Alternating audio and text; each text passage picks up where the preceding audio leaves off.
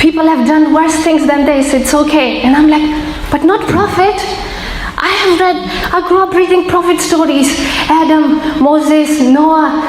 Prophets don't torture people. This is wrong. And I'm thinking, I've been a Muslim for so long and I didn't know about this hadith.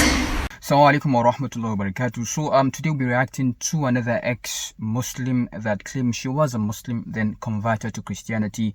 The reason why I'm bringing the story is I made mention in my last video that a woman converted because of a fabrication she found in the Bible. The story was so interesting to her that she converted. Again, this is the reason why we say there are corruptions within the Bible, and this corruptions is what entices people to convert to Christianity. And what is this corruption that she saw? She saw the story of the adulterous woman, and then she was like, wow, Jesus is so wonderful that he forgave this woman that committed adultery. So this story shook her and touched her soul, and then she converted. A lot of people might be thinking that this guy is just making the stories up. Again, this is one of the reasons why I have to bring the story and then react to her. I've known of the story for almost a year now. Okay, I know of the story, so alhamdulillah, I'll be reacting to it, and you would see exactly why these people have, like, you know, the same pattern. They lie. They don't know anything about Islam. They don't even know anything about the religion they claim, you know, convinced them to accept Christianity. In other words, they don't know the Christianity they claim they fell in love with. So we will be proving all this in this video, inshallah. She made lots of claims, and inshallah, we will be debunking these claims. So before we start, don't forget to like and share this video, and most importantly, don't forget to subscribe to the channel. Very important. So let's get started. Fast forward to 2015, and now I'm working in the IT department of an independent newspaper company, and I'm doing the coding, you know, the website and coding. That's my job. But whenever I had free time, I would just read the news, and then I come across this news article that changed my life. And before I get into details of that, I apologize now that some of the details are upsetting. So the news was that this Turkish child bride, and this man marries off his 9-year-old daughter to his friend who is 40-something. There is the nikah, which is like Islamic marriage contract. And as a meher, because in Islam there is a meher muwajjal, which you take like instant meher, and then there is another meher if you divorce the wife, that's the other money you pay her. So this is enough for you to know that this lady is so ignorant. She says, in Islam, there are two types of mahar, okay? There are two mahars, not even two types of mahar. There are two mahars. The first one is one you give the lady or the woman before the marriage, and the second one is after divorce, okay? The one that seals the marriage, then the second one is after divorce. We know that this is a lie, okay? There's just one mahar. The one you give, you know, the one that seals the marriage, okay? That's it. No mahar after divorce. And this tells you that this woman is so ignorant of Islam. Maybe she's not even a Muslim to start with. So he takes the instant mahar from him, does the marriage, but the problem is that little girl, she dies. She starts bleeding on the wedding night. They took her to the hospital. The bleeding doesn't stop, and that's where she dies, and the hospital informs the media and the police. Otherwise, these news never get out. So what she's trying to say is many times these things happen and the news never get out, okay? So but then they informed the press or the media, then the news is out there. So remember, she said, you know, it's a Turkish child bride, right? I searched for this news. Remember, I said I know of the story like a year ago. I searched for this news. Until this very day, I'm still searching for that news. There's no news article that says a 9-year-old child was married to someone that is 40-something years old. It never happens. In fact, I asked ChatGPT to see if it has any information regarding this news, and it says there's no information regarding this news. This news is fake, but the only news that's out there, it's the one of Yemen, that I think an 8-year-old girl was married to someone that is 40-something years old, And then I know of this news because this guy called Nigerian Perspective made a video regarding this particular incident and said this is how Muslims are. They get married to underage girls, and now this young girl is dead and all that. The same story bled to death. Okay, but then I researched this same video that happened in Yemen, and it was fake. It was fake news. Yes, people were busy spreading. This one in Turkish, there's no news regarding that. But the one in Yemen, it's fake. Okay, it's a fake news. People were busy spreading lies. At the end of the day, they realized that this is just lies to tarnish the image of Islam, to make the world hate Islam. And I made a video regarding this, responding to Nigerian Perspective that this news is fake. You can watch the video and see the details regarding the 8-year-old girl. She's still with her parents, and in fact, they did an interview with her, and she's still very much okay. She's not married, and she's still with her parents. So now what this lady is trying to say here is this is one of the things that pushed her away from Islam. You would hear this from her. It made her stop Salah and all that. Let's continue. So I read this news and my blood is boiling. I'm so furious. I'm like, how dare this man put the life of that child in danger? And I'm thinking, but when I just don't like pointing fingers at other people, I also like to reflect on myself. How did he do it? What's the difference between me and this guy? And turns out to be there is not much difference between me and the father of this girl. He follows Muhammad and he married the child. I follow the same Muhammad. And I could see the blood of that innocent child in my hand. And I didn't want no part of it. I'm like, how many innocent lives have to be lost before we realize how wrong this is? That was the day I stopped. I stopped praying, I stopped fasting. So you can see how funny these guys are. So she finds a way to take it back to the Prophet ﷺ that, the Prophet ﷺ did this, and this man is trying to imitate the Prophet ﷺ, and this is why these people are dying. Does this even make any sense? Did Aisha die? No. It simply shows one thing, that Aisha was mature enough. Okay, you can compare the people of that time with the people of now. Okay, they were more matured, both physically and mentally. So again, this woman is just trying to portray Islam as the villain, Islam as something that is very evil. We just need to take Islam away from our society and all that. And this is exactly what this so-called ex-Muslims do. They try to portray Islam in the most vile of ways. So people would say, yes, they left Islam because of this. You don't have to come out and start tarnishing the image of Islam, because all you do is just to show how ignorant you are. Let's continue and see where it leads to. And the Christians, the discussion between Tawheed and Trinity, and I'm also listening to David Wood, AP, Christian Prince, and all these Islamic critics, and each of them are bringing questions. And then I landed on this hadith, which was a turning point for me. I'll send the details of it. It is Sahih Bukhari Hadith 6805. The story is 3 men travel to meet Muhammad and they get sick. And Muhammad sends him to, they say like, go to this man, you will drink the camel's milk and you will feel better.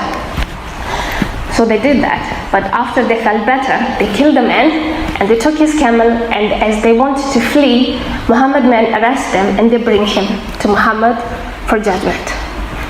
Now I'm reading this and thinking like, what is he gonna do to them?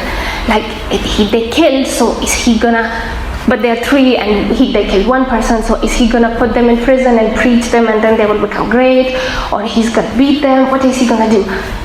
And what I read, he says, cut their 1 leg and 1 feet from opposite side.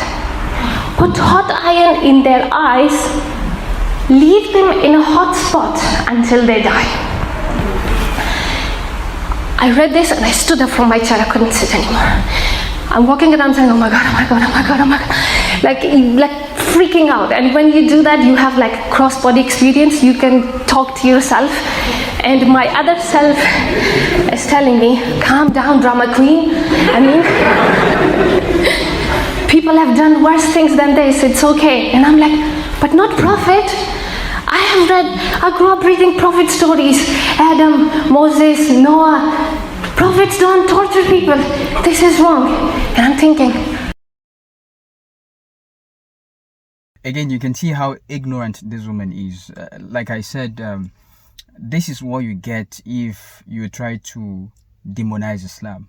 You really show the world that you are so ignorant and you know nothing. You know nothing. If only she has read the Bible, she wouldn't be saying these things. Moses and all that. Have you forgotten what Moses said? That you should kill everyone, both the men and the women, but then leave the young girls who have not known men. Leave them for yourselves. And this is the person, you would see this in the Bible. This is the person she's saying, they are not like that. What is she expecting the Prophet ﷺ to do? To clap for them after doing you much good? You were sick. It only means that these people are robbers, they are thieves.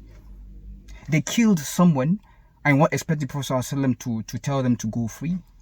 No, the Prophet ﷺ is the leader, and this is exactly what leaders do. This is a deterrent to anybody that has such plans. Subhanallah. Let's continue. I've been a Muslim for so long and I didn't know about this hadith. And I mean, they've done horrible stuff in Battle of Khaybar, but this one was new to me. So I'm like, what if Jesus prosecuted someone? Then I'm not going to become a Christian, if that's the case. So I quickly Googled, did Jesus prosecute anyone? And I see the story of this adulterous woman come. And I read this and I'm like, woman? So I open the story and I'm thinking the worst, like what's going to happen? And the story is that Pharisees always wanted to test Jesus. So they bring this adulterous woman to Jesus and they tell him, according to law of Moses, we should stone her to death. What does your law say? And Jesus say, whoever of you have not committed any sin in their life should cast the first stone. And he himself had never committed any sin in his life. If he wanted, he could have prosecuted her. But everybody else, they drop their stones because we are all sinners. Big or small, we have committed sins. So everybody leave, and Jesus saved her life. And then he said to her, go and sin no more. After reading that, I was on my knees, I'm crying, and I said, I will follow this man. I will follow everything he says. And I commit my heart and soul because he's good. And then I sent emails to all the churches, being baptized. So as you can see, it is obvious that this man is so ignorant. She researched Islam but refused to research Christianity, and she jumped into Christianity without making research. Though she said she read the Bible, this is just a short version of the whole story. She said she read the Bible for 1.5 years. Okay, so she wouldn't tell me that she didn't see some of the passages in the Bible where people were commanded to go eliminate everything, not to allow even a living creature. I'll be quoting these Bible verses, later. But then the important thing here is she tries to compare Muhammad sallallahu alaihi wasallam, the actions of Muhammad sallallahu alaihi wasallam, and the actions of Jesus alayhi salam. The first thing you should understand is you can compare these two events together. One committed adultery and the other one killed someone. Okay? The person killed someone. And again, comparing this to is just you being foolish. Okay? So, like I said, that story of the adulterous woman is not in the Bible. It is not in the oldest manuscript. In other words, it is not found in the Codex Sinaiticus. It is not found within the Codex Vaticanus. So it is good to say that it is a corruption or a fabrication into the Bible. This is what I said in my last video regarding an ex-Muslim that converted to Christianity, claiming that these Muslims claim that the Bible is corrupted and all that, but they are yet to show us how it was corrupted. Then I quoted this verse that, the story of the adulterous woman is a corruption to the Bible. It's not within the Bible. And I made mention of others, like the ending part of Mark is not in the earliest manuscript. So as you can see, this is the story of the woman. For those of you doubting my last video that this guy is just making up stories, so this is the story of the woman that converted to Christianity because of that story, because of that fabrication. And this is what Christians do.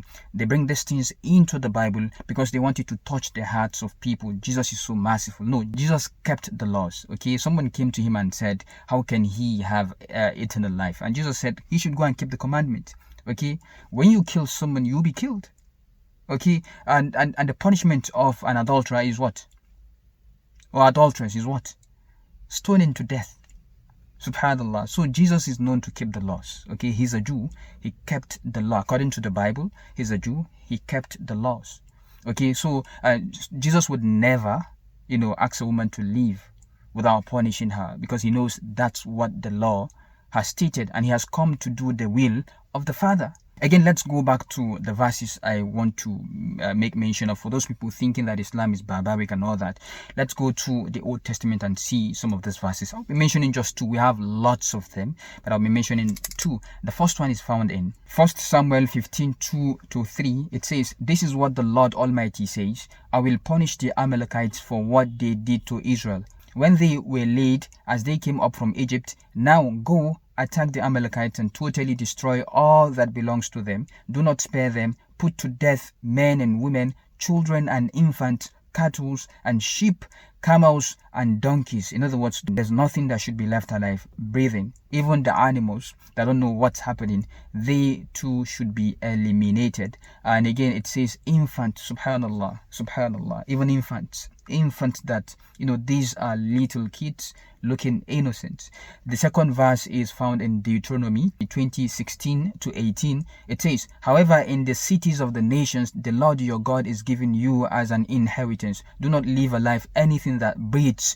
Completely destroy them, the Hittites, Amorites, Canaanites, Perizzites, Hivites, and Jebusites, as the Lord your God has commanded you." In other words, do not leave anything breathing. Eliminate whatever you see. And these are just two from the numerous verses we have that talked about mass elimination. So if this woman truly read the Bible, she would never consider Christianity. She would never. Okay, if this is what makes her to leave Islam, because the Prophet ﷺ punished someone that killed as a lesson or as a deterrent to others, then she would never accept Christianity. So, but then they are not sincere. These people just want to portray Islam as the villain, as very evil, subhanallah. And this is how we'll keep exposing them until the truth comes to every doorstep in the West, inshallah. So I remain your brother Abdul. Catch you in the next one.